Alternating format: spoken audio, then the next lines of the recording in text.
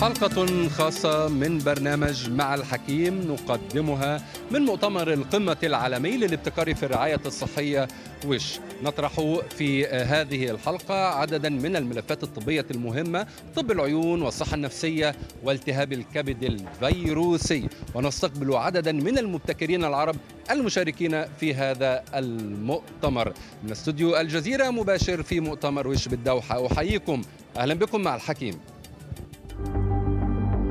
مع الحكيم في مؤتمر القمة العالمي للابتكار في الرعاية الصحية وش، بمشاركة نخبة من الأطباء والمبتكرين من أنحاء العالم.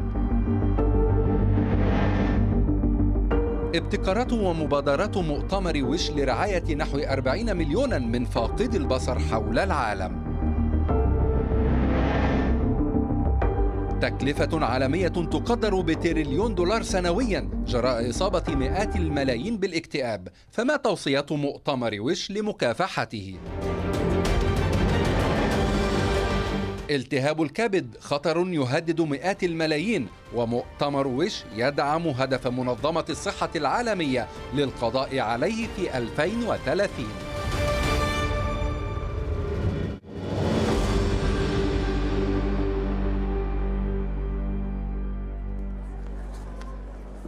أهلا بكم مشاهدينا. عالم أكثر صحة هو شعار مؤتمر وش الذي يناقش من أجله العديد من المواضيع الطبية المختلفة في محاولة لمواجهة تحديات الرعاية الصحية الملحة في عالم اليوم. طب العيون هو أول ملفات هذه الحلقة من برنامج مع الحكيم من داخل مؤتمر وش، وأرحب بضيفي في الاستوديو دكتور محمود سعيد فرح استشاري طب العيون بالمستشفى الأهلي، ودكتورة عذية محمد الحرمي استشاري جراحة أمراض القرنية وتصحيح العيوب البصرية بمستشفى حمد.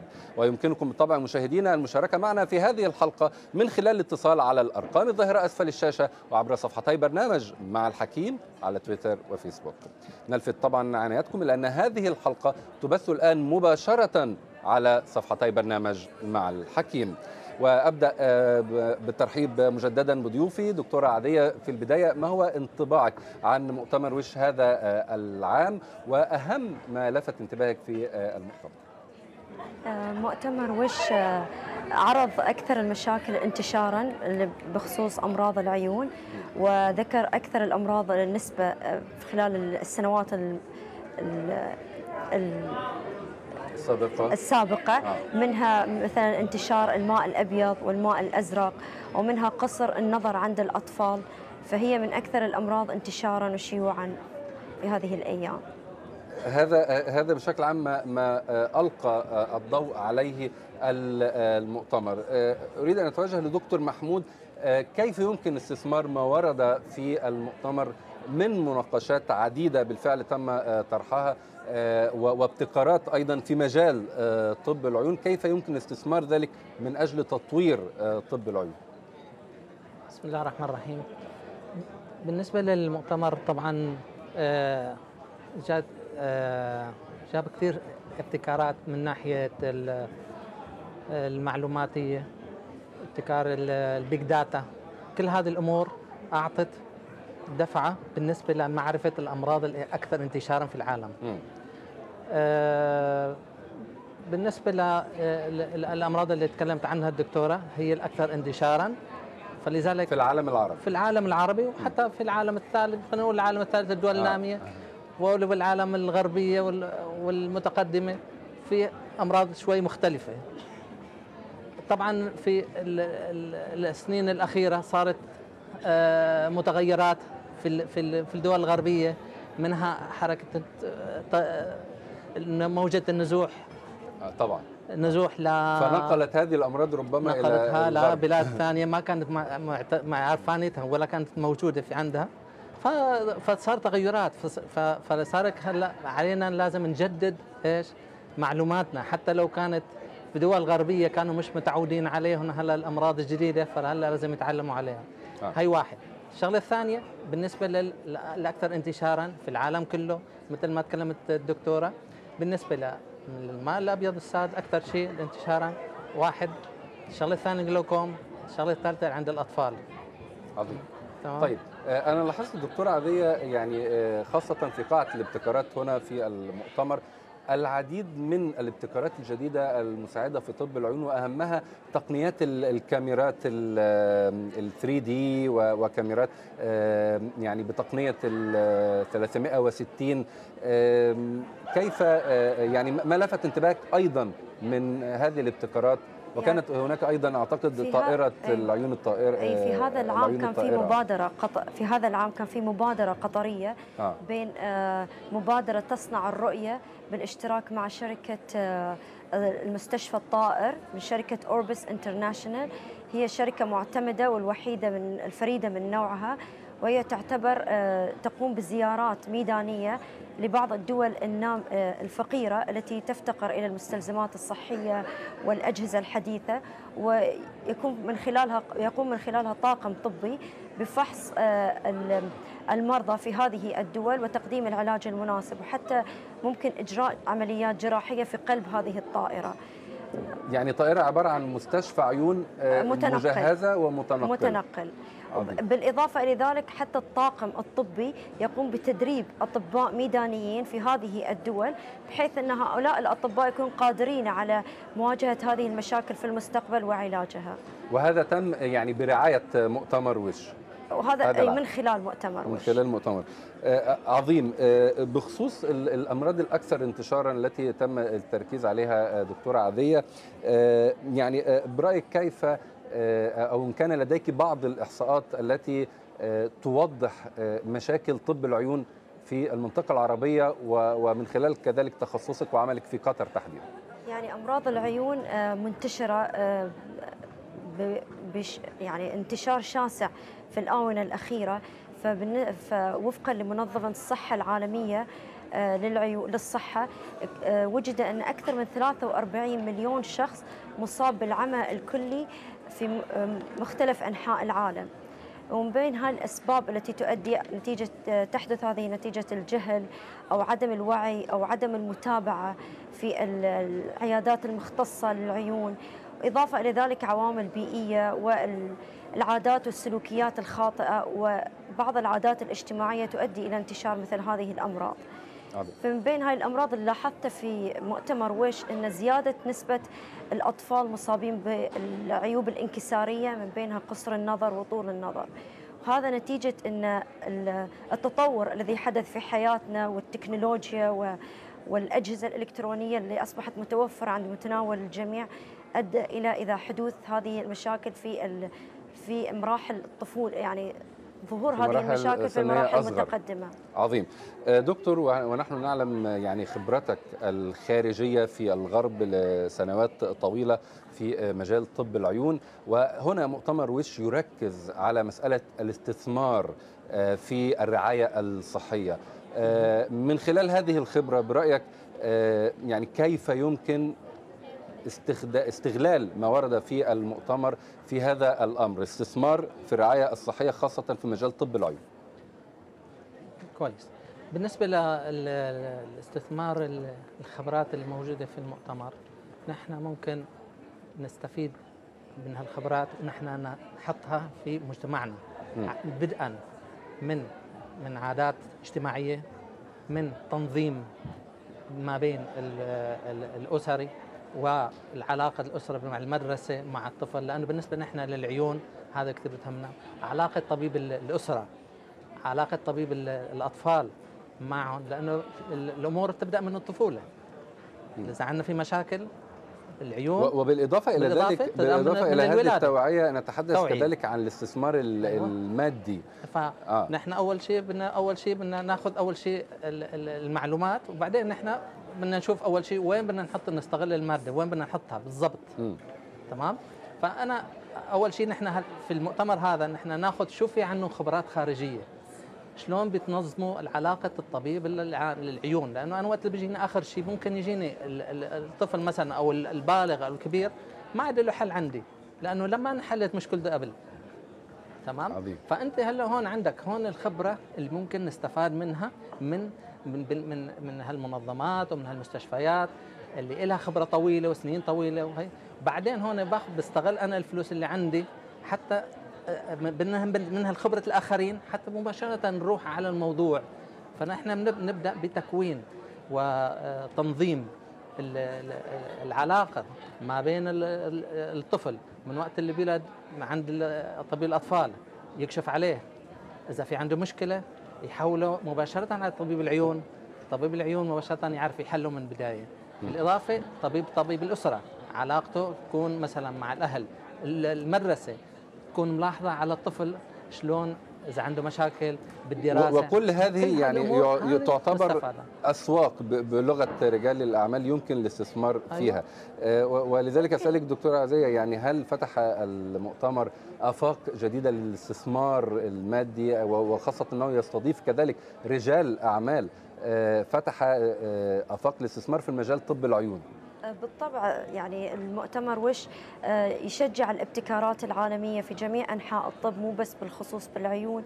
فهذا يؤدي إلى وشجع على أن مثل ما الدكتور تفضل وقال أن تشجع في المبادرات التدريب الجيل الجديد من الأطباء القادرين على تشخيص الأمراض في بدايتها، وبالتالي يزيد من إنتاجية الفرد في المجتمع. حتى ممكن من جهة أخرى برضو بعد الاستثمار في الفحص، في برامج الفحص المبكر للأمراض، هذا يقلل من التكلفة الإجمالية التي سوف تصرف في الأمراض في مراحلها المتقدمة. طيب، أبقى معك دكتورة عادية. مع تغير الفصول، طبعا نحن برنامج طبي ونريد أن نقدم النصيحة والتوصيات الطبية للجمهور الكريم. تغير الفصول يصاحبه كثير من المشاكل مع العيون، فما هي توصياتك في هذا الأمر، خاصة مع الأحوال الجوية الصعبة التي نعيشها الآن؟ يعني تجنب الخروج خصوصا مع تغير الجو، فاحنا جونا صحراوي ومليء بالغبار والأتربة، فتجنب خروج الأطفال خصوصا إلى هذه الأماكن. وإذا طرأ أي شيء مشاكل في العين، فيفضل ننصح أن بزيارة طبيب العيون لتقديم العلاج المناسب. دكتور محمود، صحة العين في كلمتين. صحة العين كلمتين: زيارة بدءا لهو عمر طبعا المريض، زيارة سنوية لدى طبيب العيون إذا أمكن. الأطفال ما لازم تنسى بدءا أنه يشخصها من طبيب الأطفال، طبيب الأسرة. إذا لقى أي مشكل مباشرة يحوله على طبيب العيون، على الأقل سنة في مرة بالسنة لازم يشوف دكتور العيون. أشكر دكتور محمود سعيد فرح، استشاري طب العيون بالمستشفى الأهلي، وأشكرك جزيل الشكر دكتورة عادية محمد الحرمي، استشارية جراحة أمراض القرنية وتصحيح العيوب البصرية بمستشفى حمد. نواصل معكم مشاهدينا هذه التغطية الخاصة لبرنامج مع الحكيم من داخل مؤتمر وش، وبعد الفاصل ورقة بحثية في وش أكثر من 322 مليون شخص يعانون الاكتئاب، ونحو 264 مليون شخص يعانون اضطراب القلق.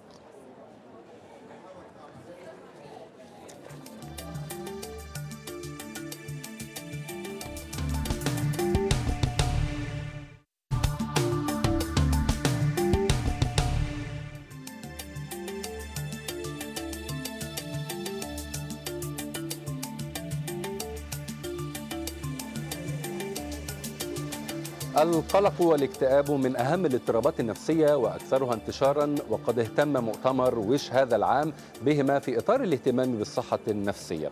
أرحب بضيفي في الاستوديو الدكتور محمد عمر سالم، استشاري الطب النفسي ورئيس القسم الصحة النفسية بالمستشفى الأهلي، والدكتورة صدرية الكهجي، القائد الوطني لاستراتيجيات الأطفال والمراهقين الأصحاء واستشارية طب المجتمع بمؤسسة الرعاية الأولية. أهلا وسهلا بكما. وأبدأ مع دكتور محمد، كيف كانت مساهمتك في مؤتمر وش، وأهم ما لفتك هذا العام في مجال الصحة النفسية؟ بسم الله الرحمن الرحيم. مؤتمر وش يعتبر متميز لأنه هو ساحة ضخمة جدا ومنصة للابتكارات في الرعاية الصحية، وكان نصيب الصحة النفسية منها كبير هذه المرة، بالذات الأمر الخاص بالورشة والتقرير الذي قدم بما يخص مرض الاكتئاب والقلق النفسي. وكان هناك أيضا مداخلات في أمور أخرى مثل رعاية الأطفال والمنكوبين في الأزمات والطب التلطيفي وغيرها. لكن الورشة والتقرير مقدم بخصوص مرض القلق النفسي والاكتئاب كان أهم منجزات هذا المؤتمر. الدكتور بول فارمر بين بالإحصائيات أن هذه المشكلة، مشكلة الاكتئاب ومشكلة القلق، مشكلة عالمية كبرى جدا، فإنها تصيب أكثر من نصف بليون شخص في العالم. فحسب إحصائيات منظمة الصحة العالمية أكثر من 300 مليون شخص مصاب بالاكتئاب، وأكثر من 2 مليون ونصف تقريبا يعانون من مرض القلق النفسي. وكانت تكلفة هذه الأمراض على المستوى العالمي ما يقرب من تريليون و2 موزعة ما بين تكاليف العلاج والإعاقة الناتجة عن ضعف الإنتاج بسبب هذه الأمراض. ثم استعرض بعض الجوانب الخاصة بالوقاية والعلاج في بعض التوصيات الخاصة بهذا المرض. طيب انتقل لدكتورة صدرية بمناسبة الإحصاءات التي ذكرها دكتور محمد. يعني هل توجد إحصاءات تتعلق بالاكتئاب والقلق في منطقتنا العربية وخاصة في تخصصك يعني في مجال المراهقين والأصغر سنا؟ شكرا للجزيرة مباشرة على هالاستضافة.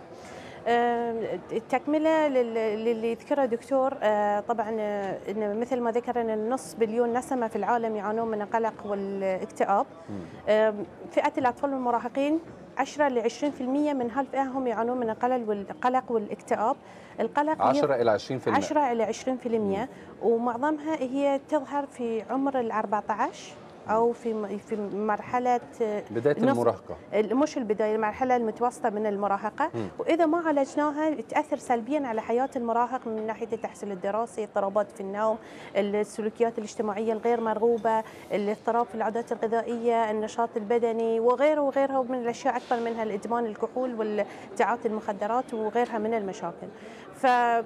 من المهم جدا ان تسليط الضوء على الاطفال القلق والتوتر للاطفال والمراهقين وتركيز الاستراتيجيات عليها، خاصه ان احنا في قطر عندنا تقريبا 30 الى 40% من الاطفال والمراهقين اللي هم ياخذون الخدمات الطب النفسي يعانون من القلق والتوتر.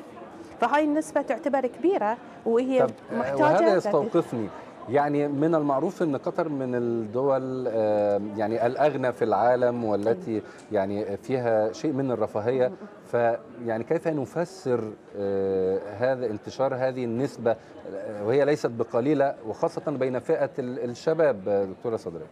لأن هي مش كلها ممكن موضوع الفقر واحد من العوامل اللي يسبب التوتر والاكتئاب، بس في عوامل أخرى مثل توعية الأسر، مثل ضغط الإنترنت الحين على المراهقين والأطفال.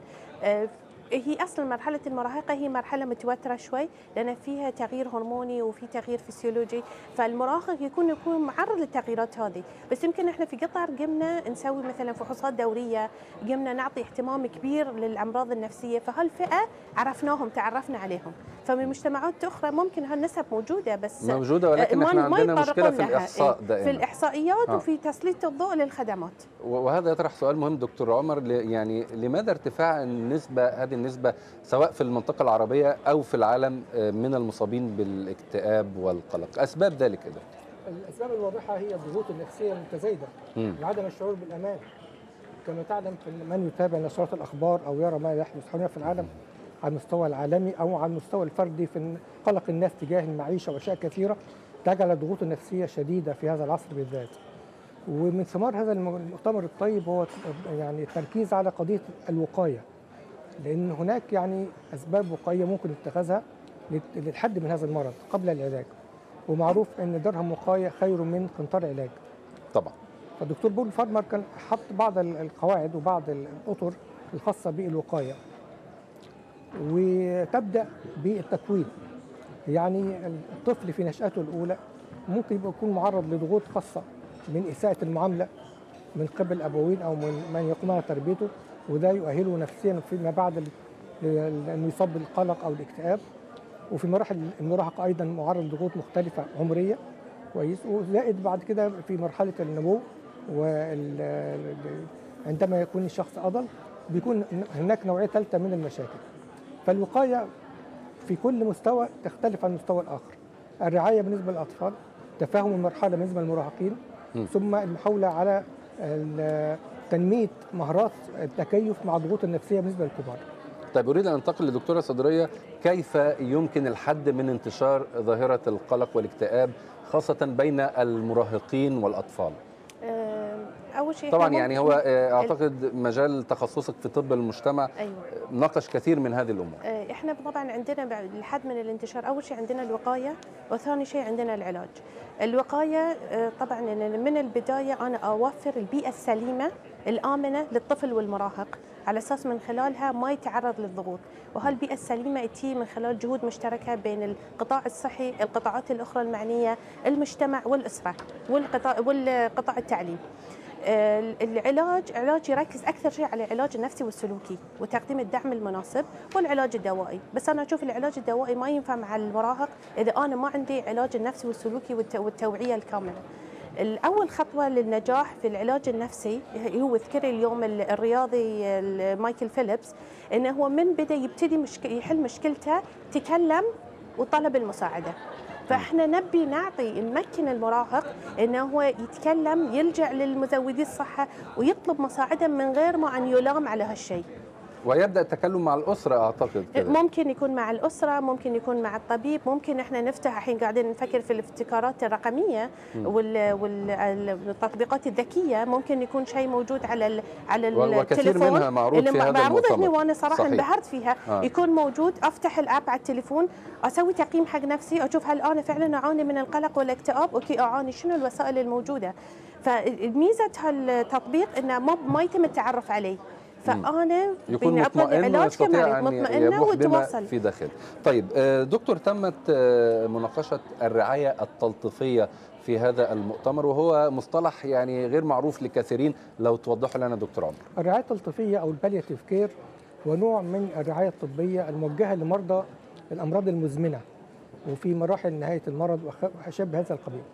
وهذا النوع من الرعايه رعايه تكامليه، وفي الواقع بيخفف كثيرا جدا من اثر المرض ووقعه على المريض وعلى ذويه في آن واحد. وهناك مبتكرات جديده في هذه التدخلات، من ضمنها ما قدم اليوم من ورقه، وهي تعمل على التدخل التكاملي بالتعامل مع المريض على كإنسان له مستوى جسدي بيعاني من امراض بدنيه معينه، ولكن هناك الجانب النفسي للتكيف مع المرض، ثم الجانب الروحي الايماني. ونحن في مجتمع مسلم له خلفيه متدينه جيده. ففي الورقه اليوم تكلم المحاضر عن الدعم الديني والدعم الايماني في مواجهه هذا النوع من التدخل. وذكرنا سابقا ايضا حتى فيما يتعلق بالاكتئاب والقلق النفسي التدخلات الايمانيه والعلاج السلوكي المعرفي بمحتوى ايماني. وفي مجتمع مثل مجتمعنا يغلب الايمان على قاطنيه، ممكن جدا ياتي بنتائج طيبه. أشكرك جزيل الشكر دكتور محمد عمر سالم، استشاري الطب النفسي ورئيس القسم بالمستشفى الأهلي. وأشكرك جزيل الشكر دكتورة صدرية الكهجي، القائد الوطني لاستراتيجيات الأطفال والمراهقين الأصحاء واستشارية طب المجتمع بمؤسسة الرعاية الأولية. لكم جزيل الشكر. ومشاهدينا نتابع بعد الفاصل ملفا جديدا. منظمة الصحة العالمية تسعى للقضاء على الالتهاب الكبد الفيروسي بحلول عام 2030.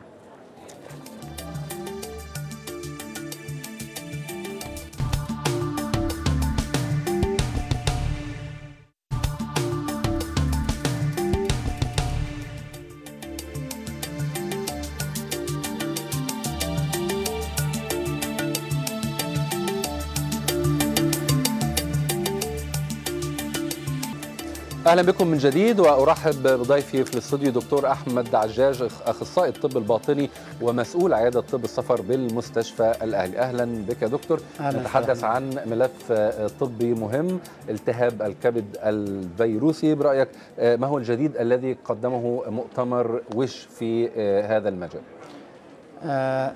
أهم نقطة في المؤتمر المطروحة اليوم هي عملية طرح برنامج لاستئصال التهاب الكبد الفيروسي من العالم بحلول عام 2030. والبرنامج طموح طبعا لا شك، ويحتاج جهود وتضافر جهود واموال. طبعا هو تبني رؤيه منظمه الصحه العالميه. منظمه الصحه العالميه بالتاكيد طبعا. هي اهم نقطه في الموضوع طبعا. اهم نقطه. طيب دكتور، يعني اهتمام مؤتمر وش بالتهاب الكبد الفيروسي يعني يندرج في اطار خطوره هذا الالتهاب وهذا المرض. فمدى انتشاره، ما هو مدى انتشاره في العالم العربي واسباب هذا الانتشار؟ طبعا مقارنه بالعالم. نعم، التهاب الكبد الفيروسي مشكله عالميه، ليست مشكله خاصه في العرب. يبلغ عدد المصابين به من 350 ل 400 مليون مصاب في العالم. يعني التركيز على أهمية ما معنى التهاب الكبد الفيروسي أو ما هي أهميته. هذا العدد يفوق أعداد، طبعا الوفيات الناتجة عن هذا العدد تساوي حوالي 1,400,000 وفاة سنويا، تزيد عن الوفيات الناتجة عن الملاريا أو عن التدرن أو السل أو عن الإيدز حتى. التهاب الكبد الفيروسي مسؤول عن بالخاصة بي والسي مسؤول عن 57% من حالات التشمع في العالم. حالات التشمع الكبد. ومسؤول عن حوالي 87% أو 78% من حالات سرطان الكبد، وبالتالي للموضوع أهمية كبيرة من الناحية الصحية ومن الناحية الاقتصادية على مستوى العالم. ماذا عن المنطقة العربية؟ في المنطقة العربية يشيع نوعين شائعات بشكل خاص في بعض البلدان، مثلا في مصر يشيع التهاب الكبد سي، هناك حوالي 4 ملايين إصابة، حوالي 1,100,000 إصابة بالتهاب الكبد بي. في منطقة الخليج، منطقة شمال أفريقيا، هاي الأمراض موجودة طبعا بنسب متفاوتة، موجودة بشكل كبير. موجودة طبعا. كيف تطور علاج التهاب الكبد الفيروسي ومدى فعاليته الحالية برأيك؟ التهاب الكبد الفيروسي قبل 2015 كان علاجه صعب، وكانت الأدوية المتوفرة محدودة، والنتائج غير مشجعة. مثال، وهذا مثال جميل على موضوع الاستثمار في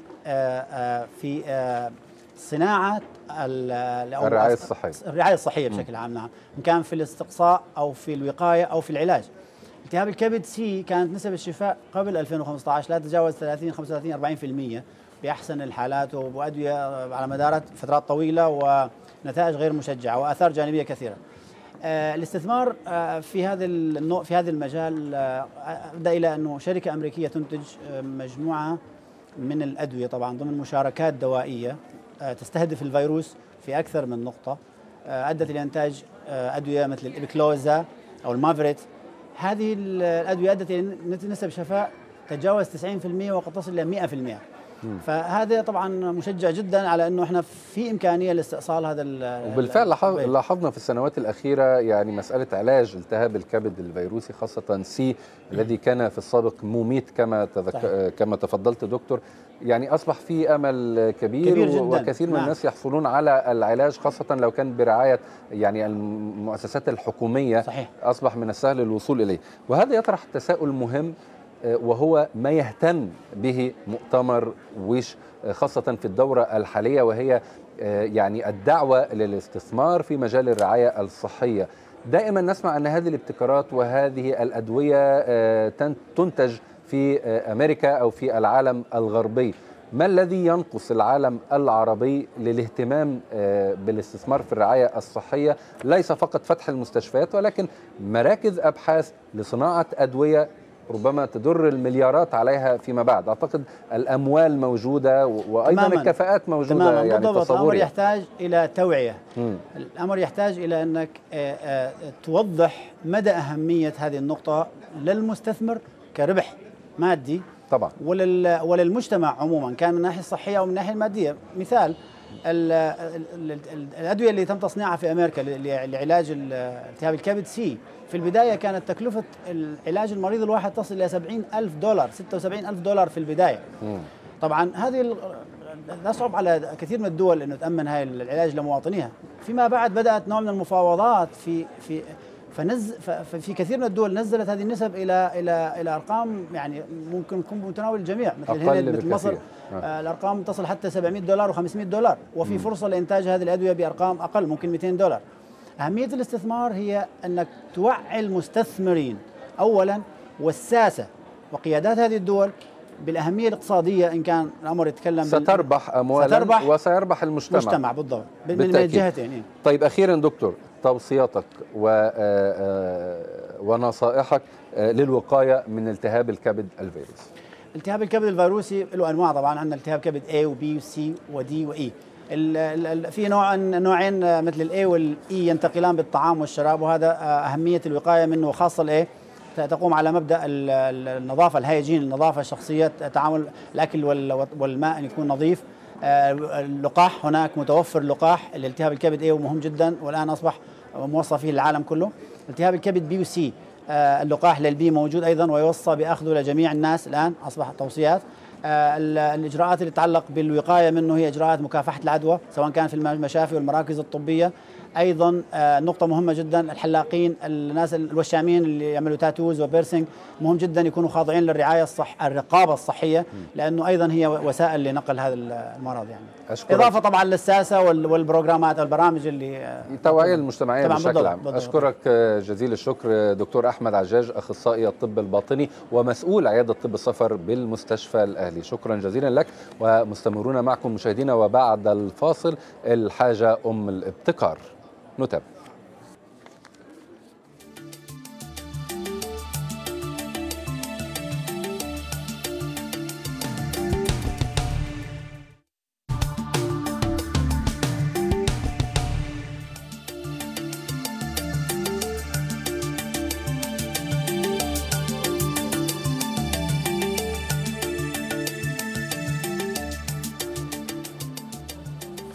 أهلا بكم من جديد. الحاجة أم الابتكار. في هذه الفقرة سنتعرف إلى بعض الابتكارات التي قدمها مبتكرون عرب من الشباب في مختلف أنحاء العالم في معرض الابتكارات الطبية الذي أقيم على هامش مؤتمر وش. أرحب بالمهندس يمان أبو جيب، مبتكر جهاز بنكام لمساعدة ضعاف البصر على القراءة والكتابة. وأرحب كذلك بآلاء شلبي، مخترعة جهاز تشخيص أسباب الشخير، ونتعرف منهما عن الاختراعين في المجال الطبي. أبدأ بيمان، حدثنا عن هذا الابتكار الجديد بالنسبة لك. بداية تحياتي لك وشكرا على الاستضافة. مثل ما تفضلت حضرتك، بنكام هو تكنولوجيا جديدة لمساعدة مرضى شبكية العين. عم نحكي بالضبط نحن عن مرضى الريتينس بيجمنتوزا وايدج ريليتد ماكيولر ديجنريشن، اللي هن بالعربي التهاب الشبكيه الصباغي والتهاب الشبكيه المرتبط بالعمر. للاسف هالمرضين ما لهم اي علاج حول العالم. تم التواصل مع اكثر من حكيم عيون بمختلف البلدان، سواء بالمانيا، بماساتشوستس، اير اند اي بالولايات المتحده، بالمنطقه العربيه. الكل اجمع على انه لا يوجد اي علاج لهالمرض، فالطريقه الوحيده حتى نخفف من الألم لهالمرضى اللي يعتبر تعدادهم 200 مليون شخص حول العالم هي استخدامهم للتكنولوجيات المساعدة. هالأجهزة تبع التكنولوجيات المساعدة تعتبر غالية كتير، يعني أرخص جهاز عم نحكي نحن 3000 3000 دولار، بيوصل أحيانا ل 22,000 دولار. نريد أن نعرف يعني آلية عمل هذا الجهاز. هو طبعا مناسب لضعاف البصر، ليس لدرجة العمى، ولكن الرؤية محدودة جدا. تمام. آلية عمل الجهاز ببساطة عبارة عن كاميرا عالية الدقة بتحقق من خلال معالجة الإشارة وعمليات تكبير معينة بتلائم الاحتياجات الخاصة لهالضعاف البصر. يلي عم نقوله نحن ضعاف البصر إن الناس اللي بيشوفوا بين النص من 10 ل 2 من 10. هدول الناس العدسات اللاصقة، عمليات الليزر أو حتى النظارات لا يمكن أن تصلح لهم بصرهم، فهن بحاجة لعمليات بنساويها نحن على الهاتف النقال مشان خلينا نقول تلاقي احتياجاتهم to meet the requirements البصري. يعني هل جهاز الكاميرا هذه تكبر مثلا الحرف بشكل معين وتقوم بمعالجته بشكل معين ليستطيع القارئ رؤية هذه الكلمات تماما بالوضع العادي بدون معالجة إشارة، بدون الميزات اللي احنا بنقدمها، لا يمكن لهذا المريض أن يقرأ أي شيء من خلال الورق أو ما يكتب على الجدران مثلا. عظيم. آلاء شلبي، جهاز تحديد أسباب الشخير، وضح لنا أكثر عن آلية عمل هذا الجهاز. أول شيء مرحبا.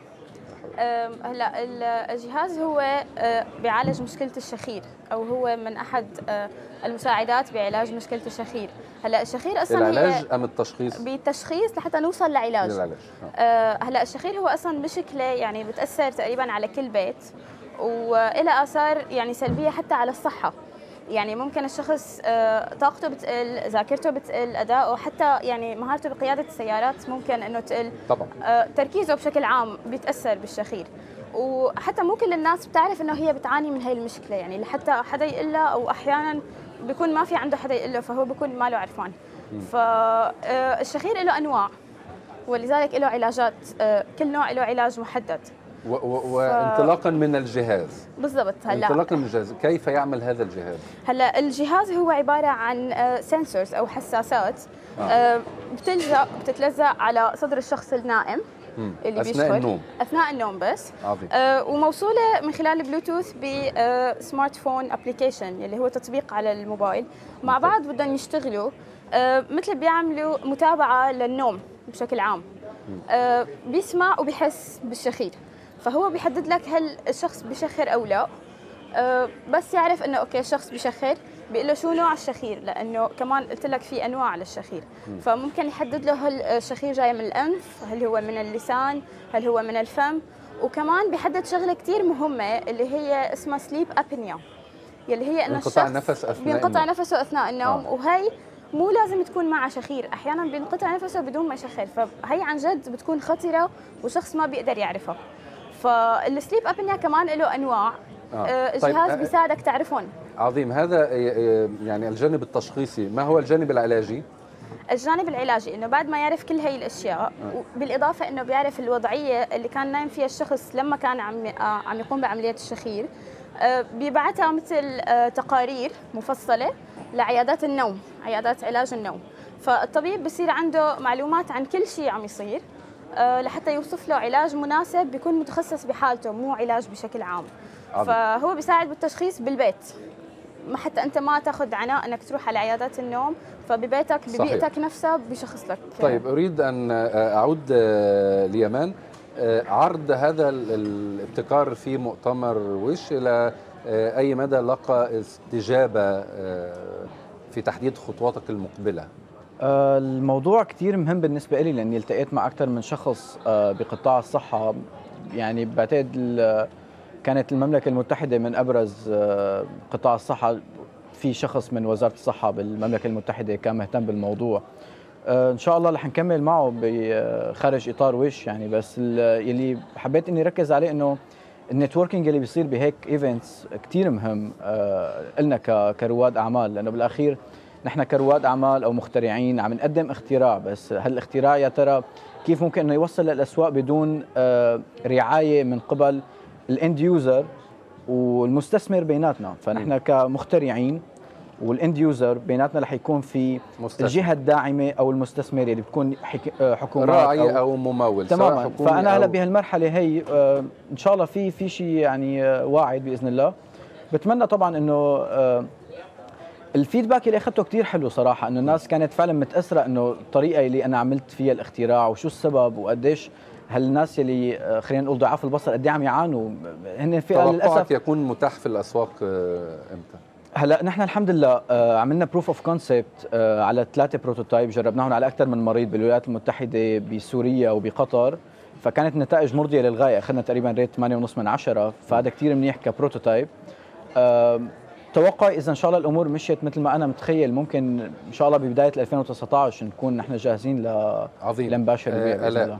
هلا نحن جربنا، نحن اللي عندنا اياه هو بروتوتايب، نحن جربناه على عده اشخاص من الاصدقاء بس اثبتنا فعاليته. ونحن هلا بصدد المناقشات او اتفاق مع وزاره الصحه البريطانيه الNHS لحتى عيادات النوم تعتمدوا وتجربوا على الحالات اللي عندهم. ان شاء الله خلال 6 شهور بنكون اخذنا الفيدباك الكامل تبع عيادات النوم. هل دائما يكون الدعم يعني من جهات حكوميه؟ لا بس يعني نحن يعني فيك تقول وزاره الصحه البريطانيه هي اكبر باب يعني انك انت تطرقه، لانه نحن اصلا الشركه موجوده ببريطانيا. فمجرد ما انت لقيت حدا يدعمك انت ممكن تنتقل للقطاع الخاص، ممكن انه انت تعمل تفصيل، انه تفصل الجهاز على حسب طلباتهم لحتى يكون يعني حسب احتياجات كل عياده، حتى يصير بعدين يوصي فيه الاطباء ونقدر نوصله لاكبر عيادات ممكنه. عظيم. جزيل الشكر آلاء شلبي. وكذلك أشكرك يمان أبو جيب، أشكرك على وجودك معنا. وطبعا تحية لكما ولكل المبتكرين الشباب وخاصة العرب الذين حضروا في مؤتمر وش. ونتمنى كما ذكرتم أن يكون هناك يعني هذا الدعم الحكومي والمادي من رجال الأعمال والمؤسسات المختصة في الرعاية الصحية لتجد هذه الابتكارات النور وتخدم المجتمع والمشاهد. وكذلك طبعا أشكر فريق برنامج مع الحكيم الذي يكون دائما عند الموعد ويستحق الشكر والتقدير في تقديم هذه التغطية الخاصة من مؤتمر القمة العالمي للابتكارات في الرعاية الصحية. أشكركم مشاهدينا وإلى اللقاء.